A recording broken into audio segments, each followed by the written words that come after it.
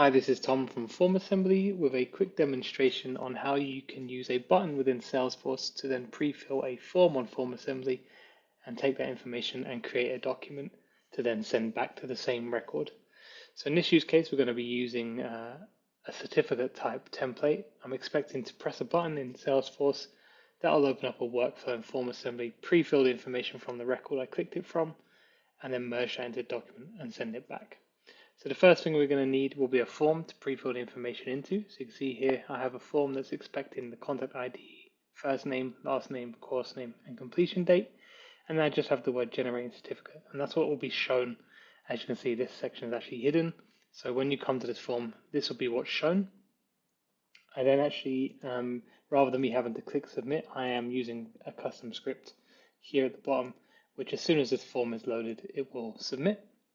So here what will happen is I'm expecting to pre-fill, see this message, and then it will automatically submit and take me to the thank you page. Thank you page has been set to just to a message to let me know that the certificate was generated successfully. It's a bit big there because I've set the font extra large. So once I have my first form, I then need my workflow. So here is my workflow, and here's what the flow will look like. So when someone comes to this workflow, the Salesforce connector is going to run and find the record that has been appended on the end of the URL. So you can see here for my workflow parameters, I'm using the word con ID for contact ID. So I'm expecting to pass that parameter, the ID from the record I click it from. In the Salesforce connector, I've set that to look up a record using the contact ID that was passed in the URL. So when that matches the contact ID record, it then pre-fills the information into the form, the bit that's hidden. So I'm putting in the first name, last name, account ID, etc. The account ID I'm using here just because I'm using that account name as the course name, but obviously pull in whatever you need. So here I'm using the account ID to find the account name and putting that on the form. This is that form that I just showed you a moment ago. So that gets pre-filled and auto submits, and that thank you page shows. And then the generate document step has been uploaded. So I have my template here. So you can see I'm going to merge first name, last name, course name, and completion date. So when that's uploaded into here, you'll see it finds those tags. So I've just mapped over those fields, and then we send it back to Salesforce. Another Salesforce connector, I'm going to upload a file as a content version using the generated document and attaching it to that contact ID that we launched it from. In the Salesforce side, there's a bit of setup you'll need to do. You'll need to create a button within your contact record. So you can see here I have a button that I've named Generate Certificate.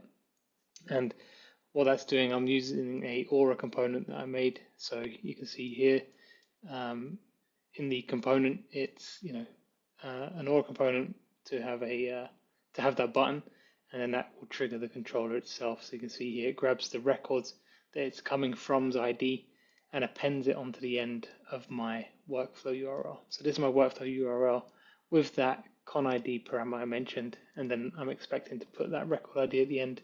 So then that way, whichever record I click the button from, it'll be a personalized link and it'll pre-fill the right information. So once you set that up, yep, you will have a button here. So then this is how it will look. If I was to click that, the component is now redirected to that URL. It's pre-filled, it's now auto-submitting, and it's letting me know it's back on the record. So now if I was to come here and refresh, you can see currently there's no files. If I refresh the page, we'll see here that it now has a file and the certificate has the information for Bart Simpson that we expected it to. Again, if I did this from a different contact, so if we did this from any of these, let's just do Thor.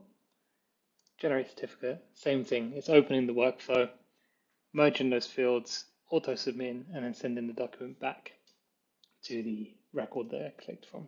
So again, I'll refresh this, and you'll see there's now a file on Thor's record with his information and the account that's related to.